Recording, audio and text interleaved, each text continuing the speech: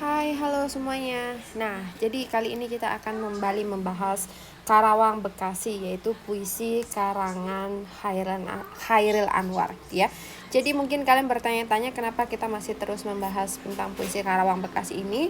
Kan sebelum libur kita sudah membahas puisi ini, gitu ya. Jadi kali ini kita akan membahas secara lebih mendalam mengenai puisi Karawang Bekasi ini.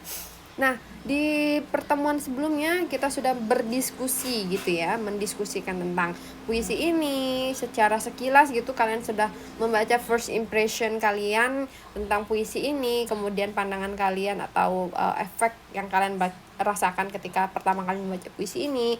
Kemudian kalian juga sudah mencoba menjawab ya. Mungkin belum selesai tapi kalian sudah mulai menjawab pertanyaan-pertanyaan tentang makna ya. Jadi 16 pertanyaan tentang makna dari puisi ini. Nah, di video kali ini puisi Karawang Bekasi yang akan kita bahas ini lebih ke pada paper 1 ya. Paper 1. Nah, kita lihat di sini jadi sebagaimana kita tahu bahwa di IB Lit gitu ya, di IB literatur untuk asesmen itu ada paper 1 ya, kemudian paper 2, lalu ada IOE dan juga ada HL Esai. Nah, bedanya apa paper 1, paper 2 IOE dan HL Esai ini? Untuk paper 1 dia merupakan guided textual analysis. Jadi yang dibahas di paper 1 fokusnya adalah dari sisi teks gitu ya, tekstual. Jadi kita membahas sisi teks gitu ya. Kemudian juga paper 2 ini adalah komparasi gitu ya, comparison atau perbandingan antara karya sastra. Ini biasanya berupa tema. Jadi misalnya bagaimana jelaskan bagaimana dua karya yang kamu baca menjelaskan tentang tema kematian misalnya gitu ya. Atau IOE ini merupakan global issue gitu ya, membahas tentang global issues. Dan HL essay ini juga membahas tentang sama ya, mirip-mirip ini antara ketiganya. Jadi tentang global issue juga, comparison dan guided textual analysis. Nah, jadi fokus kita kali ini adalah di paper 1 yaitu guided textual analysis. Jadi kita tulis dulu di sini. Guided textual analysis. Apa sih sebenarnya guided textual analysis itu? Jadi sebenarnya ini adalah analisis teks secara terbimbing gitu ya. Kenapa terbimbing? Karena di sini ada kata guided, yaitu di paper 1 ini kalian akan mendapatkan guiding question. Jadi pertanyaan yang akan memandu kalian untuk melakukan analisis teks gitu ya. Guiding questionnya disediakan oleh IB. Kalian boleh ya, kalian disarankan untuk mengikuti guiding question yang sudah disediakan oleh IB. Tapi kalau kalian merasa kalian punya guiding question sendiri dan kalian bisa menunjukkan bahwa guiding question yang kalian ajukan itu lebih tepat gitu ya, nah itu tidak apa-apa gitu ya. Tapi ibu sarankan agar kita semua ikuti saja guiding questions yang sudah disediakan oleh IB gitu ya. Nah, untuk paper 1 fokus dari guided textual analysis ini adalah apa ini ya ibu. Jadi bagi lagi menjadi 3 pertanyaan, yaitu apa yang dikatakan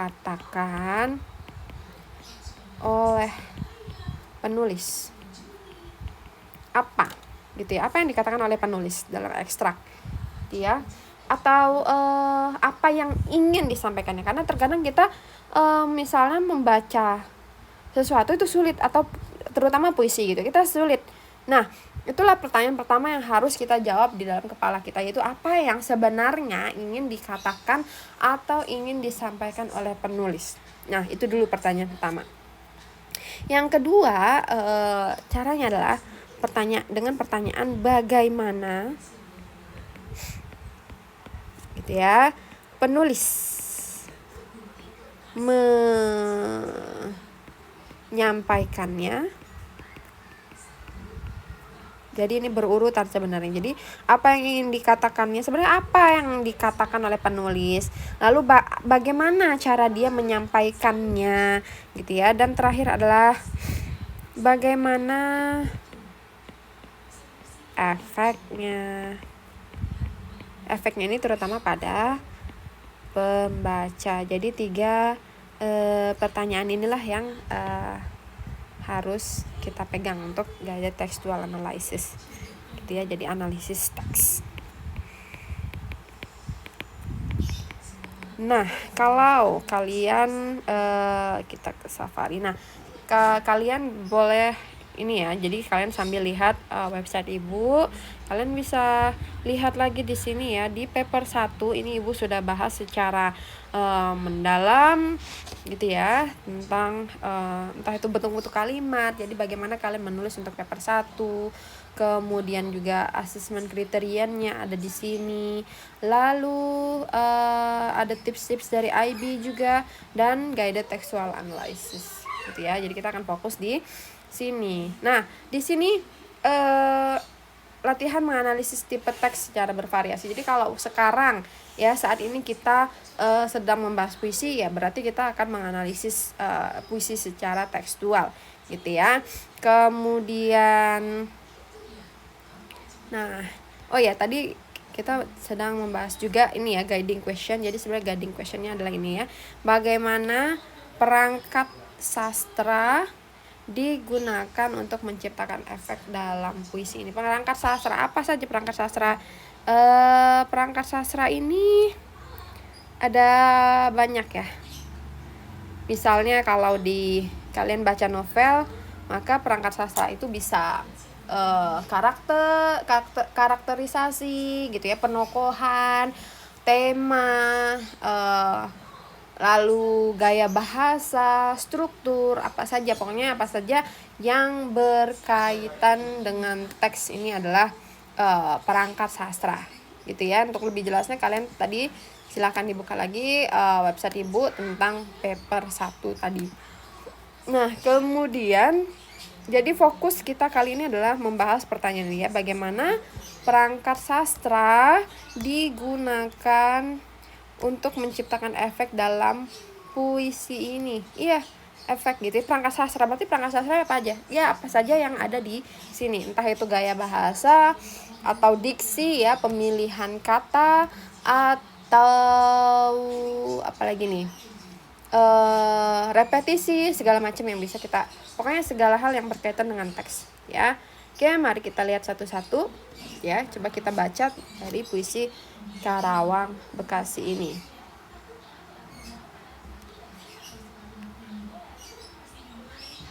Oke. Jangan lupa sambil membaca itu ya, kalian coba diingat-ingat ke 3 pertanyaan tadi. Oke, puisi Karawang Bekasi. Kami yang kini terbaring antara Karawang Bekasi. Tidak bisa teriak merdeka dan angkat senjata lagi. Oke, kita mulai dari sini. Kami yang kini terbaring antara Karawang Bekasi. Kami yang kini terbaring. Nah, ini kan ada semacam apa nih bunyi ya. Aliterasi. Oke.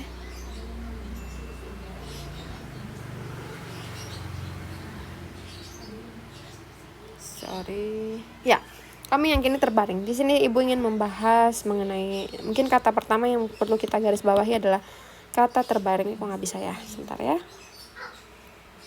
Terbaring. Nah. Oke.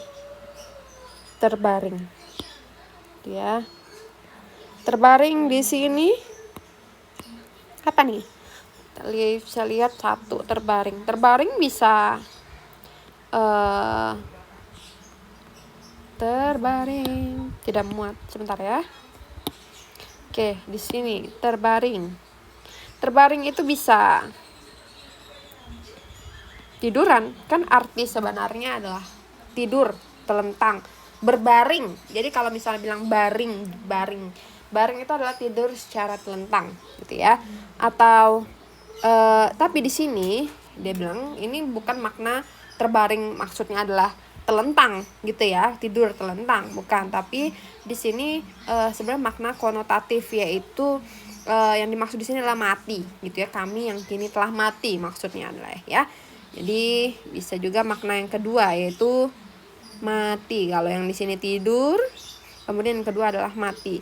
Tapi kemudian dilanjutkan dengan tidak bisa teriak, merdeka, dan angkat senjata lagi. Jadi mereka terbaring, kami yang kini terbaring antara kerawan basi, tidak bisa teriak, merdeka, dan angkat senjata lagi. Nah sebenarnya kalimat kedua ini gitu ya menjelaskan si terbaring ini gitu ya. Bagaimana sih kalimat kedua menjelaskan kata terbaring? Yaitu terbaring ini sebenarnya bukan hanya mati gitu ya. Banyak orang mati, semua orang akan mati, tapi mati dengan cara seperti apa? Nah di sini Chairil Anwar menegaskan bahwa mereka ini sebenarnya mati secara terhormat, yaitu gugur gitu ya. Jadi mereka ini sebenarnya telah gugur dalam perjuangan. Jadi kita tidak bisa bilang mereka tuh mati gitu ya, karena mati itu secara umum ya memang mereka mati, tapi tidak bisa menjelaskan ya, kata mati ini tidak bisa menjelaskan mereka yang ada di antara Karawang dan Bekasi itu gitu ya. Jadi mereka ini adalah gugur ya, artinya mereka ini meninggal tapi dalam rangka memperjuangkan sesuatu yang terhormat gitu ya, dalam rangka memperjuangkan kemerdekaan. Oke, kita lanjut lagi. Tapi siapakah yang tidak lagi mendengar deru kami? Terbayang kami maju dan mendekap hati.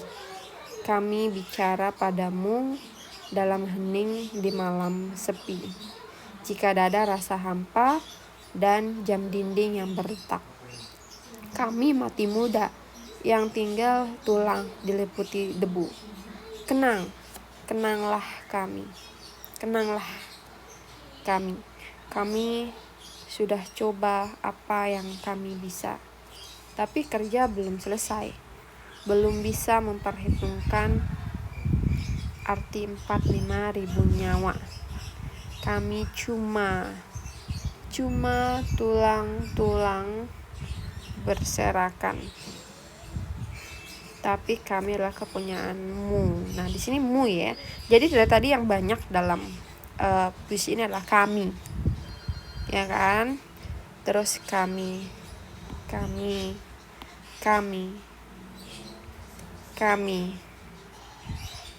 lagi. Ya. Kami cuma gitu ya.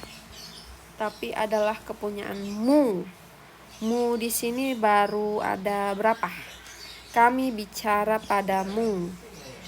Kami adalah nah ini kaulah lagi yang menentukan nilai tulang-tulang berserakan atau jiwa kami melayang untuk kemerdekaan, kemenangan dan harapan, atau tidak untuk apa-apa. Kami tidak tahu, kami tidak bisa lagi berkata. Nah, di sini banyak sekali gitu ya diulangi kata-kata kami gitu ya. Sebenarnya bisa aja menggunakan kata yang lain gitu ya, tapi di sini Chairil Anwar ada menekankan gitu ya, penekanan pada kami gitu ya. Kata kami ini sebenarnya diulang berkali-kali. Jadi kalau kita lihat, oke kita coba ya balik ke sini. Nah, di sini kita akan kembali banyak menemukan kata kamu gitu ya. Kaulah sekarang, kami bicara padamu. Kenanglah kami, teruskan jiwa kami ya. Menjaga, beri kami arti. Kami sekarang mayat. Ini banyak sekali kata kami di sini. Beribu kami ya, karena banyak memang kami. Oke, kita balik lagi ke sini ya. Jadi kalian bisa lihat di sini ada banyak sekali kata kami. Dan sebenarnya ketika membuat puisi ini, Hairil Anwar bukannya tidak sadar bahwa dia banyak menggunakan kata kami, tapi memang kata kami ini dia ingin menggunakan kata kami yang banyak ini. Sebenarnya di awal dia ingin penekanannya, penegasannya adalah pada ya kami, yaitu orang-orang yang telah gugur itu.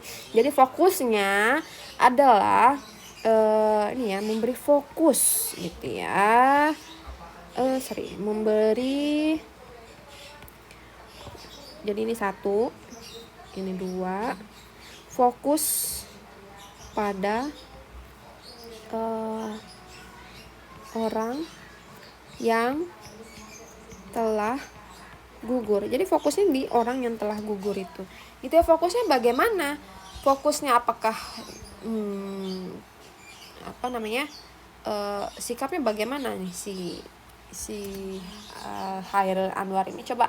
Nah, ini kalian bisa lihat ke website Ibu gitu ya, ada di bagian puisi. Nah, ini adalah kita lihat pengkajian puisi. Nah, gitu ya, pengantar pengkajian ini. Bukan yang ini.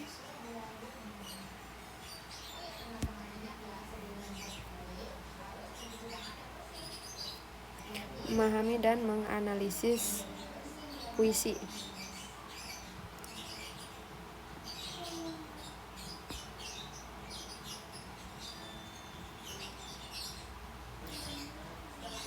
Ibu lupa tadi sampai di mana. Oke.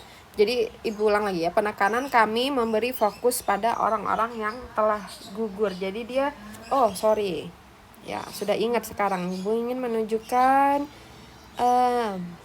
kajian puisi unsur lahir ya, unsur lahir puisi. Nah, di sini nih kalian bisa lihat kalau jadi judul, tipografi ya, bunyi, rima, ritme, bunyi, diksi ini pilihan kata ya. Kemudian gaya bahasa, citraan, sikap.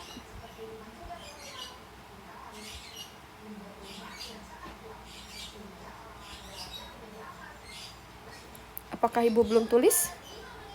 Kita cari lagi ya. Batin. Unsur batin ya. Nah, ini ya. Jadi sikap penyair, rasa, perasaan, feeling merupakan sikap penyair terhadap pokok persoalan yang ditampilkan dalam puisi yang ia ciptakan. Nah, ini gitu ya. Jadi sikap penyair itu adalah dia penekanan pada sikap gitu ya. Dia lebih menekankan pada kami, yaitu orang-orang yang telah gugur itu. Jadi dia bersikap seolah-olah jadi dia menunjukkan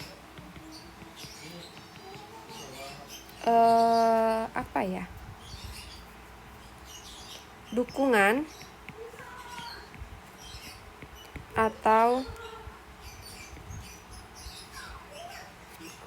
bukan dukungan ya, dia menunjukkan bahwa penulis merasakan gitu ya, empati. Nah, seolah-olah dia juga itu ya, dia juga adalah orang yang termasuk di antara yang gugur itu. Ini bagaimana nih kami menunjukkan bahwa penulis merasakan empati, seolah-olah dia juga adalah termasuk di antara yang gugur. Nah, ini juga dengan penggunaan kata kami. Jadi ini sama ya, penggunaan kata kami ini juga menunjukkan sikap penulis. Nah, sikap penulis bahwa dia empati dan dia dia ingin menyampaikan bagaimana perasaan dia nih, dan empatinya dia dengan orang-orang yang sudah gugur di antara Karawang Bekasi itu. Makanya kenapa puisi ini penekanannya adalah pada kami. Ya, di sini kami. Jadi menunjukkan bahwa kami yang sudah gugur ini gitu. Jadi ada di si penulis, sikapnya adalah dia ada di sisi mereka yang sudah gugur itu. Gitu ya. Nah, kemudian kita sudah dapat tiga features ya, 3 textual features. Jadi dari satu pilihan diksi terbaring, kemudian penekanan kata kami, ini sebenarnya masuknya ke diksi juga ya, karena kata kami. Oke, kita lanjutkan. Kami bicara padamu dalam hening. Kita ganti warna. Oke. Warna hijau. Ya. Nah, ini. Kami bicara padamu dalam hening di malam sepi. Jika dada rasa hampa dan jam dinding yang berdetak. Sebentar, sorry. Kayaknya ini sini dulu deh. 1. Ya. Kemudian kita lihat lagi, sepertinya di bawah juga ada ya. Nah,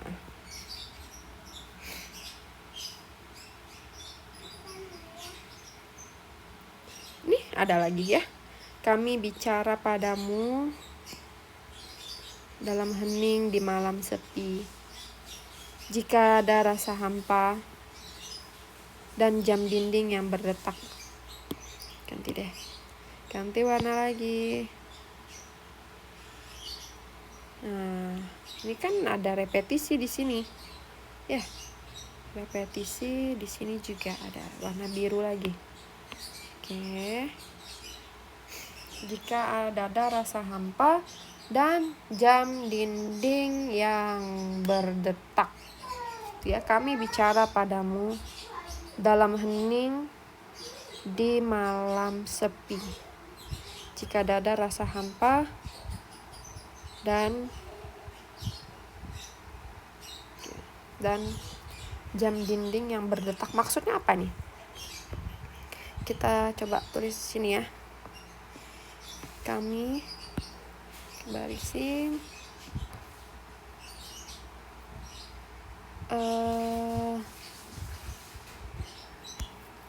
Kami bicara padamu. Benar nggak? Dalam hening di malam sepi. Kami bicara padamu dalam hening di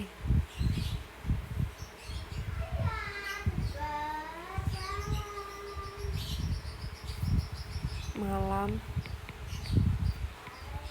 sepi ya. Kami bicara padamu dalam hening di malam sepi. Ini diulang sampai 2 kali ya. Jadi di sini ada apa yang disebut dengan, ini kutipan ya, quotes 2 kali. Di sini adalah repetisi nih ya, repetisi atau pengulangan kalimat ya, pengulangan kalimat atau kata-kata di dalam puisi. Repetisi, pengulangan. Kenapa kata ini diulangnya sampai 2 kali? Ini juga ya. Jika dada rasa hampa dan jam dinding yang berdetak. Apa tuh? Ini juga diulangi sampai 2 kali, dan ini juga menunjukkan repetisi. Kenapa ya? Coba kita pikirkan, kenapa ya si penulis itu mengulangi kata ini atau kalimat ini sampai 2 kali? Dan bisa jadi ini adalah, biasanya kalau repetisi itu adalah pengulangan, penegasan ya. Jadi balik lagi, kalian coba lihat di sini ya, kajian puisi unsur lahir ya. unsur lahir open in the background. Nah, unsur lahir puisi di sini ada bahasa figuratif. Ya, bahasa figuratif ada repetisi,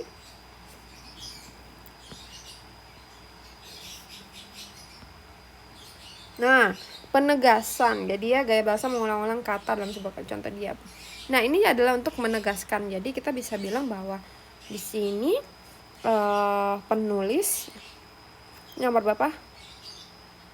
Tadi 1 2 3 4. Nah, ini adalah textual features yang keempat, yaitu penggunaan repetisi ini. Gitu ya, untuk menegaskan apa?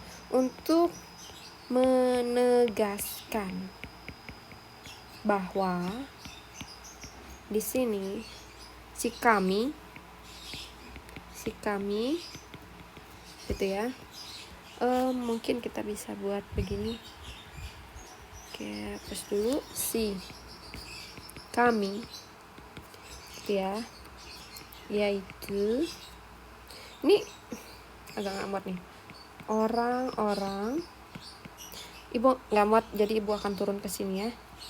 Set, orang-orang yang telah gugur di medan perjuangan. Dari mana kita tahu medan perjuangan? Karena dia di sini bilang tidak bisa teriak merdeka dan angkat senjata lagi. Ya, kita tahu kalau misalnya tidak bisa angkat senjata lagi. Oh, ya. Seandainya tidak ada kata teriak merdeka, seandainya ya. Ganti warna deh. Seandainya ini ini penting loh, gitu ya. Seandainya tidak ada balik lagi, ibu salah, ibu hapus lagi ini di sini. Seandainya tidak ada kata merdeka, gitu ya, tidak bisa angkat senjata lagi. Ya, angkat senjata apa? Gitu ya. Angkat senjata bisa berartinya banyak, sama kayak tadi terbaring, bisa berarti tidur, bisa mati, gitu ya. Dan di sini tidak bisa teriak merdeka ini sebenarnya si penulis itu menunjukkan apa ya? Menunjukkan bahwa mereka ini berjuang, gitu ya. Merdeka itu kan untuk negeri, gitu ya, untuk kemerdekaan negeri, untuk bangsa, untuk negara. Jadi sebenarnya di sini mengandung nasionalisme di sini. Nah, kita bisa tunjukkan dengan nomor baru ya. Kita kasih warna yang lebih gelap. Nah, ini nomor berapa? 3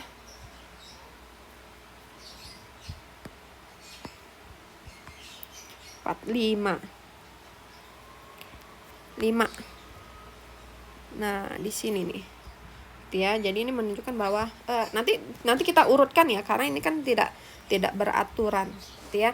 Jadi tidak bisa teriak merdeka. Jadi teriak merdeka ini si nomor 5, yaitu teriak dan di tanda kurung lagi, tanda ya, petik merdeka itu kan menunjukkan apa? Memberi arti pada kematian mereka, gitu ya. Bahwa mereka itu bukan mati, ya mati, tapi mereka mati karena mereka berjuang, dan mereka bukan apalagi dengan adanya imbuhan ya, terbaring. Itu kan sesuatu yang tidak sengaja, yang tidak diinginkan sebenarnya. Terpukul, artinya kita tidak mau dipukul, tapi kita kena pukul, gitu ya, tidak sengaja. Terjatuh, ya, terbunuh, gitu ya. Jadi terbaring di sini itu adalah jadi mereka itu sebenarnya tidak mau, ya. Imbuhan ya di sini nomor 6 mungkin. Imbuhan menunjukkan bahwa mereka sebenarnya tidak mau. Tidak muat. Ya, ibu lanjutkan di bawah ya. Mereka sebenarnya tidak mau. Nah, ini ibu lanjutkan nomor 6 dulu di sini. Mereka tidak mau mati. Ya, semua orang akan mati.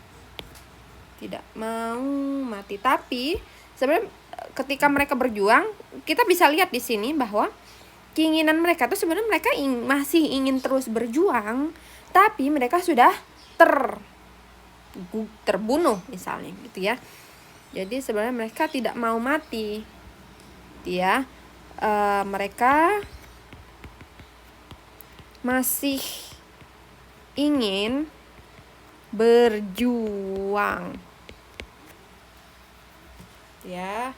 Jadi penulis menggunakan kata terbaring nih ya. Tadi terbaring artinya banyak nih, terbaring ke sini, ini terbaring, terus kemudian lanjutannya menyangkut ke nomor 6, nomor 5 gitu ya. Nah, nanti kalian coba diatur gitu. Karena ini kan kita baru planning ya. Jadi jangan lupa harus ada planning. Kalian harus planning sekitar 15-20 menit gitu ya. Untuk semua planning dan organization gitu ya. Nanti kita atur lagi. Kemudian tadi balik lagi ke nomor 4, repetisi menegaskan bahwa si kami itu orang-orang yang telah gugur di medan perjuangan itu sebenarnya dia bicara. Nah, mereka itu memang di puisi ini mereka bicara, gitu ya. Padamu, mu, ya, mu ini dalam hening, di malam sepi dalam hening, bicara padamu.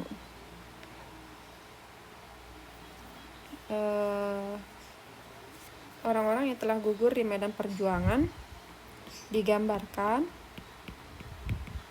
dipersonifikasikan ya, atau dipersonifikasikan, berbicara atau berkomunikasi. Sebenarnya di sini berpesan ya, berpesan gitu ya, kepadamu, kepada siapa? Kepada mu di sini ya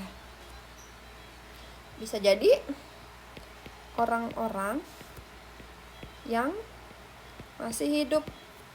Jadi bisa jadi misalnya pejuang-pejuang, kan yang berjuang tidak hanya mereka, masih banyak pejuang yang masih hidup waktu itu. Makanya mereka berpesan agar ya pejuang atau orang-orang yang masih hidup mengenang mereka gitu ya. Berpesan kepada orang-orang yang masih hidup dalam hening di malam sepi. Nah, ini yang kedua, dalam hening di malam sepi. Lanjut sini ya. Dalam hening di malam sepi. Nah, ini kan sebenarnya melalui frasa ini penulis menunjukkan apa nih?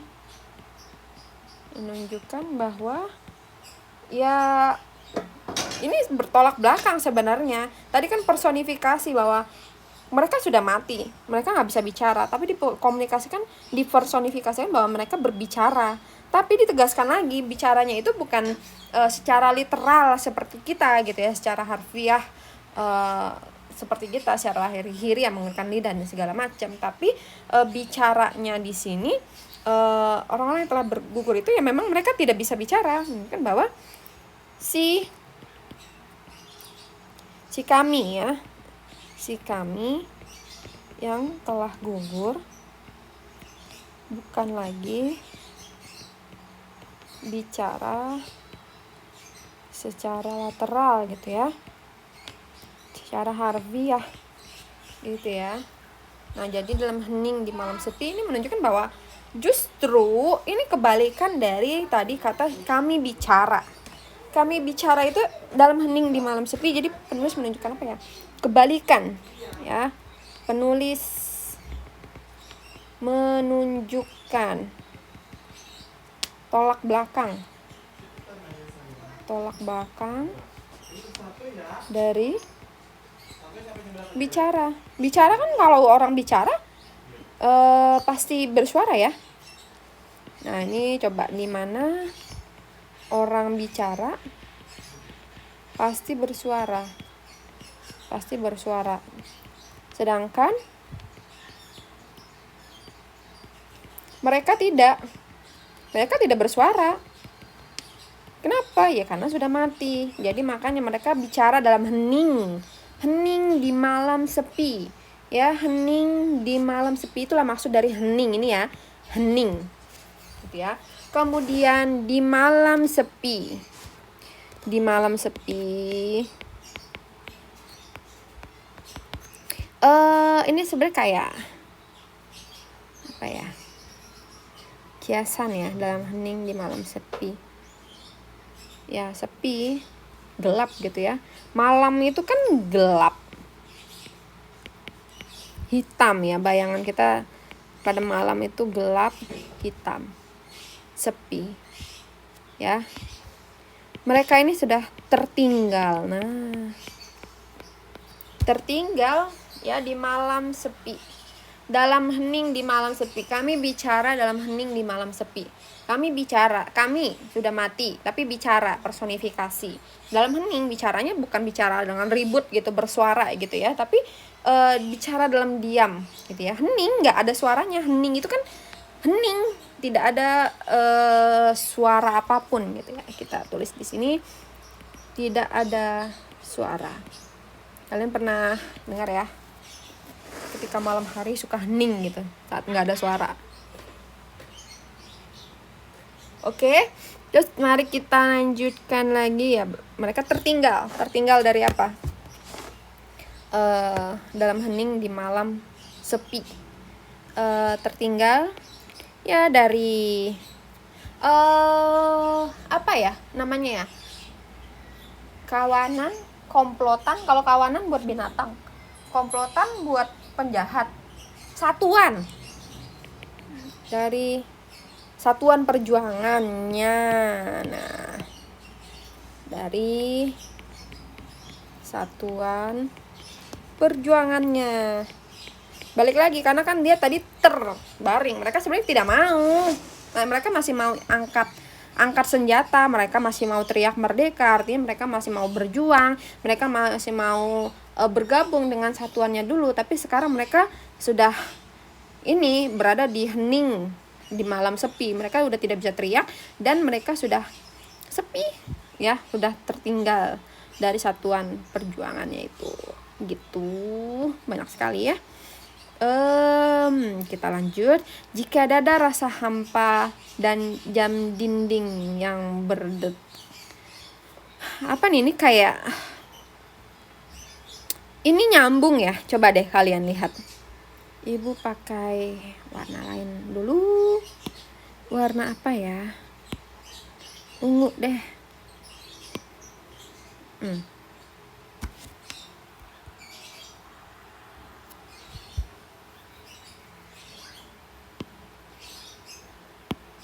Biru deh. Ini kan nyambung ya, kayak apa namanya, enjambemen ya, enjambemen puisi. Ibu lupa deh apa itu enjambemen puisi. Kalian silahkan cari ya. Enjambemen puisi adalah perloncatan kesatuan sintaksis ke baris atau larik berikutnya, atau semacam peristiwa menyambung isi dua larik puisi yang berurutan. Nah, jadi larik itu baris ya. Jadi ini nyambung.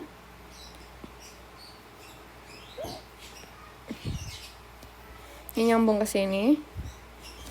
Kami yang terbaring antara karang basasi tidak bisa teriak merdeka dan angkat senjata lagi. Tapi siapakah yang tidak lagi mendengar deru kami? Terbayang kami maju mendegap hati. Mendegap hati.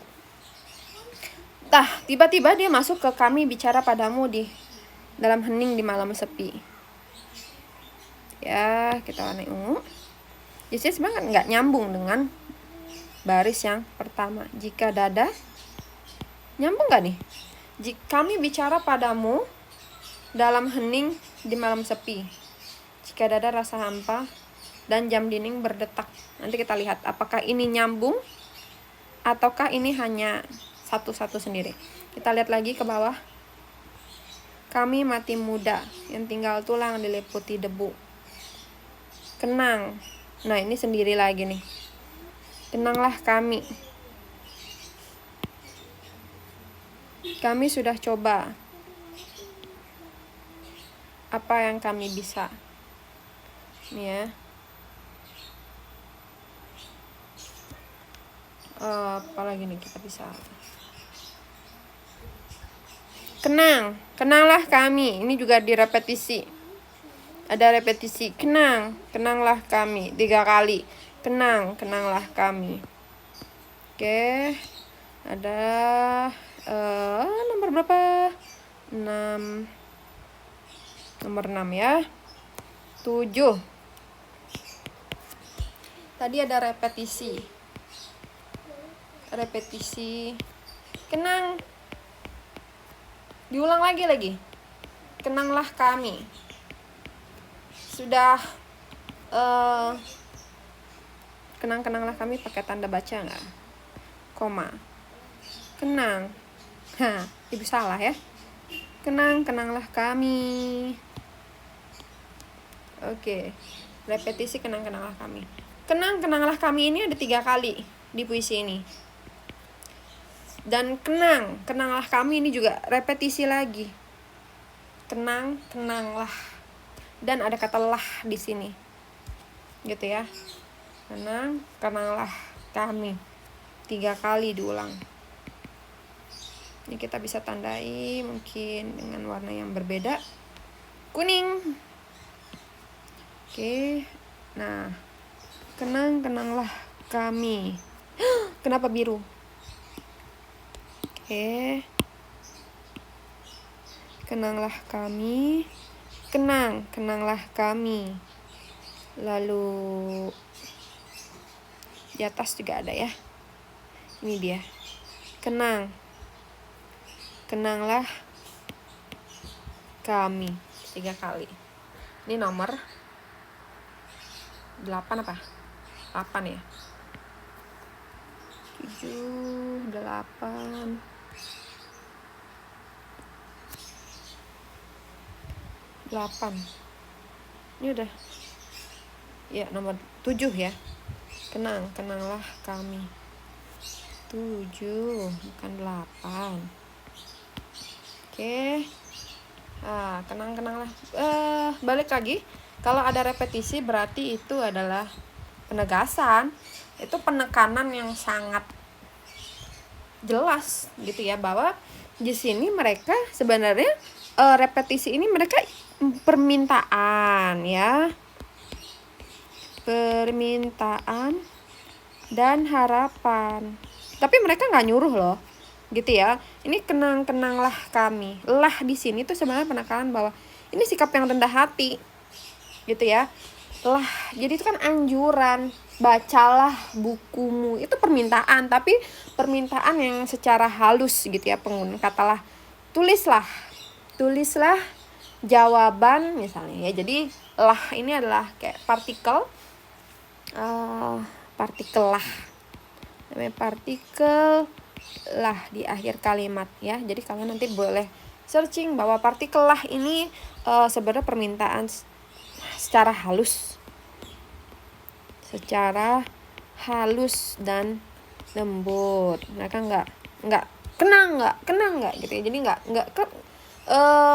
nggak apa ya. Jadi nada di sini kan kayak rendah hati gitu ya. Lembut dan rendah hati. Jadi kita bisa lihat lagi menunjukkan ya, ini kata ini menunjukkan. Jadi kalian jangan lupa menggunakan kata menunjukkan, menimbulkan gitu ya. Berikan kami arti gitu ya. Teruskan jiwa kami. Teruskan jiwa kami.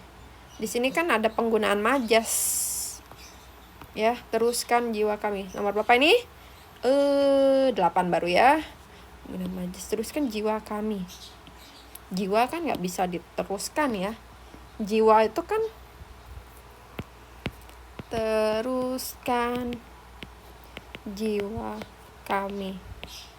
Nah, ini sebenarnya majas nih, jiwa kami. Majas. Gaya bahasa Majas apa ya?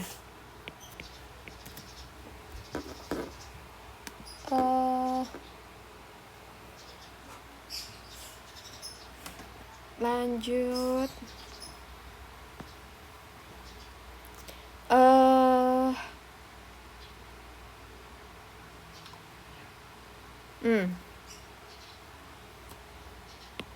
Ini juga kita bisa ini ya, masukkan ke kaulah. Ini ke sini, terus ke sini ya. Tapi kami adalah kepunyaanmu, Kaulah lagi yang tentukan nilai tulang-tulang berserakan. Atau jiwa kami melayang untuk kemerdekaan, kemenangan, dan harapan, atau tidak untuk apa-apa. Nah, ini kan dia tadi ya, permintaan rendah hatinya sebenarnya, karena dia ingin diberi apa ya, makna gitu ya, pesan seperti itu.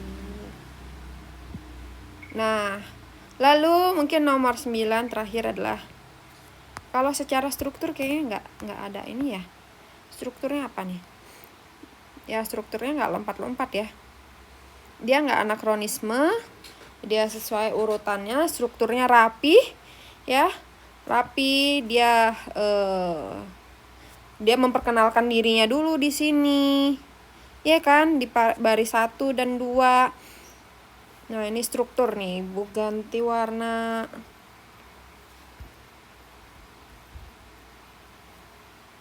Untuk struktur kita coba warna hitam. Ya. Struktur. Baris 1 2. Nih ya. Ini dia intro.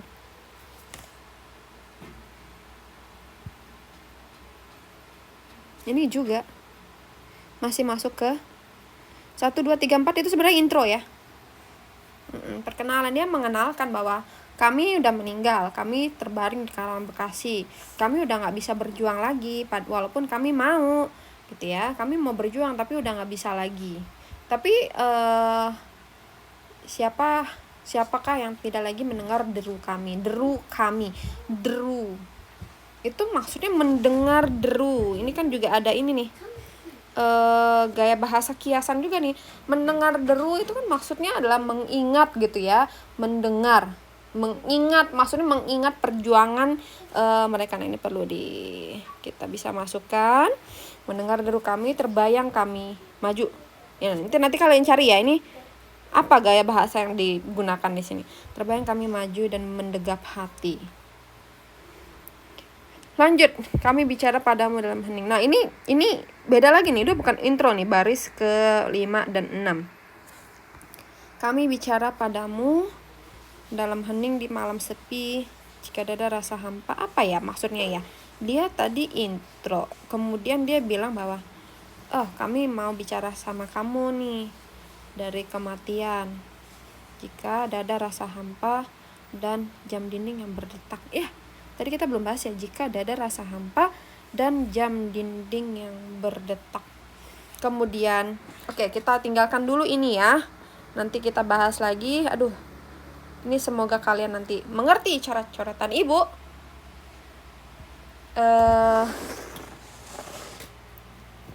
Kami mati muda, yang tinggal diliputi debu. Kenanglah kami. Ini kan kayak ini. Terus kami sudah coba yang kami bisa, tapi adalah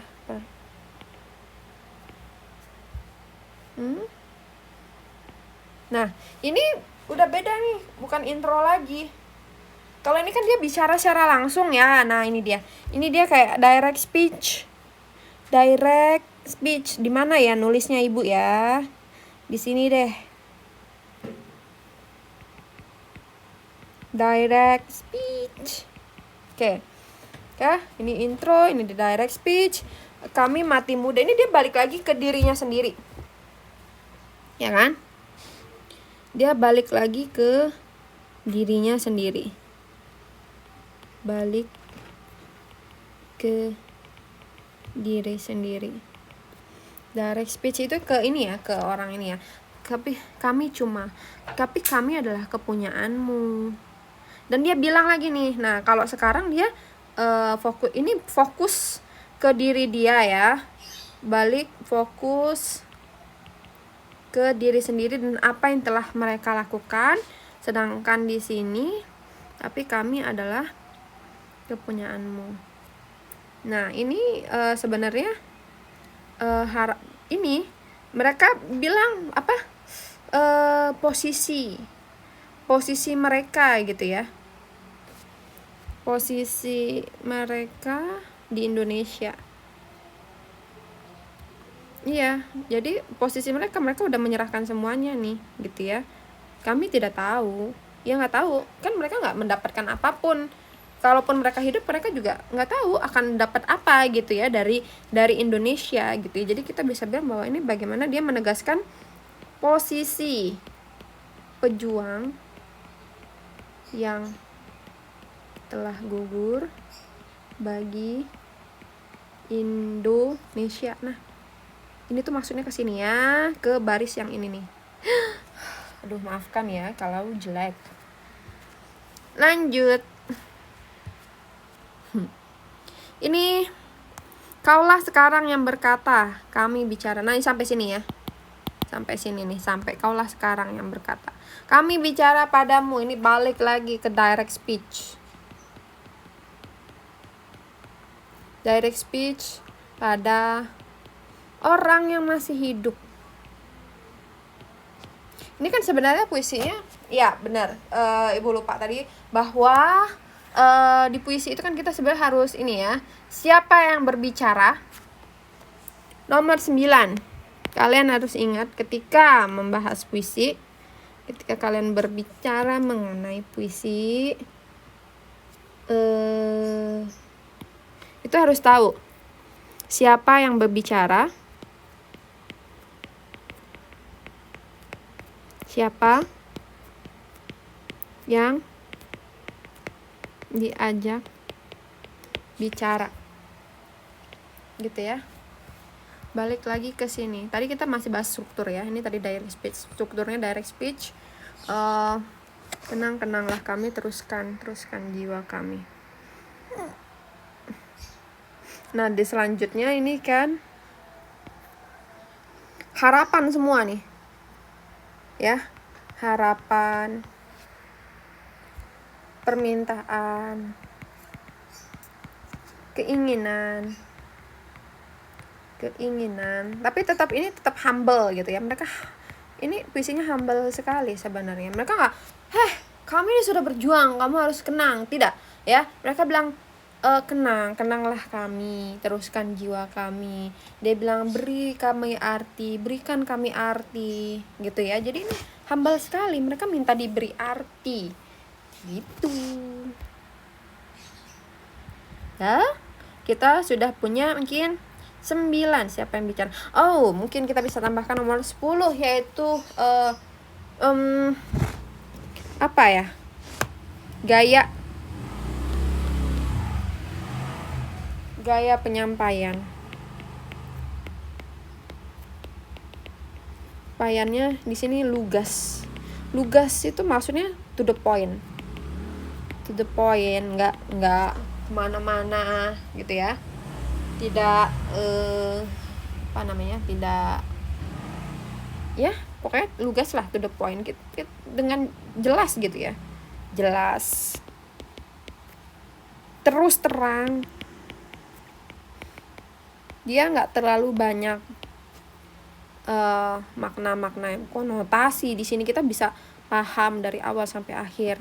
Ini ya, tidak banyak konotasi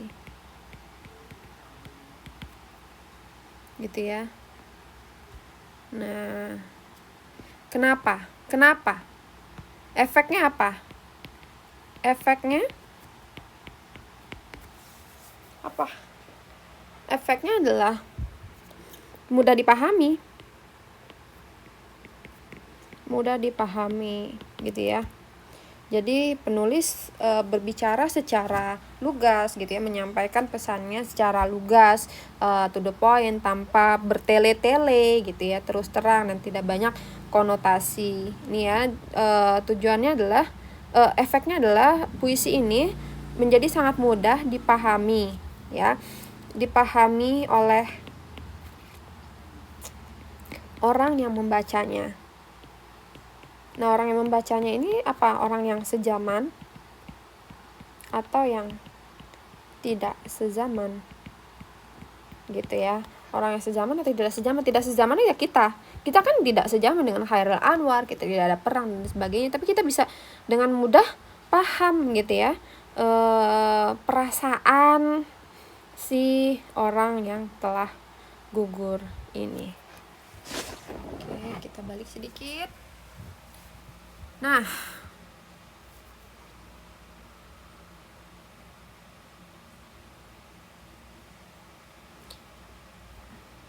bagaimana perangkat sastra digunakan untuk menciptakan efek dalam puisi ini? Perangkat sastra ini semua perangkat sastra ya. Struktur, efeknya apa? Ya, efek dari puisi ini apa? Ada satu yang belum kita jawab. Perangkat sastra sudah. Terus kemudian terakhir untuk jawaban, efek dari kesemuanya. Ya, satu, ya tadi lugas gitu ya, mudah dipahami. Dan juga sebenarnya ini efeknya bagi pembaca. Nah, kemarin siapa yang bilang ya, efeknya adalah kayak pesan, seolah-olah merasa dipesankan gitu ya, bahwa kita harus terus berjuang untuk Indonesia meskipun sudah tidak perang lagi, yaitu misalnya ada rasa nasionalisme gitu ya. Dari efek dari kesemuanya adalah mudah dipahami, kemudian muncul rasa nasionalisme, kemudian juga rasa simpati pada pejuang gitu ya. Ingat pada pejuang yang telah gugur, ingat pada jasa. Tapi di sini juga karena humble-nya itu kita tidak merasa digurui gitu ya.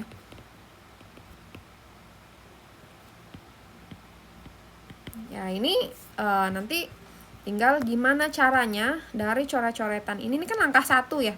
Jadi kalau kalian balik ke website Ibu Ade, mungkin kita bisa ke paper 1 ya. Nah, ini nih paper 1 Guided Literary Analysis tadi. Yang ini nih maksudnya pembagian waktu, dan ini cari jawaban ya, membuat 15-20 menit pertama adalah ini gitu ya. Nanti setelah ini langkahnya adalah kalian susun gitu ya, menjadi kerangka essay planning gitu. Jadi kalian planning mana dulu yang mau dibahas ya. Yang pasti kalau kalian planning kerangka ya, harus ada intro, ini paragraf intro, kemudian paragraf isi gitu ya, bisa berapa paragraf, dan terakhir paragraf kesimpulan ya, kesimpulan gitu ya. Nah, ini isinya kalian urutkan. Kalau kalian misalnya lagi bahas diksi ya, kalian bahas diksi aja. Diksi ini kan terbaring, diksi kami juga diksi gitu ya. Terus kami, apalagi diksi tuh, yang lain mana lagi nih. Kemudian struktur, kita tadi bahas struktur ya. Ini enjambmentnya kita udah bahas. Kemudian ya kalian bisa lihat di sinilah gitu ya. Oke, sekian, terima kasih.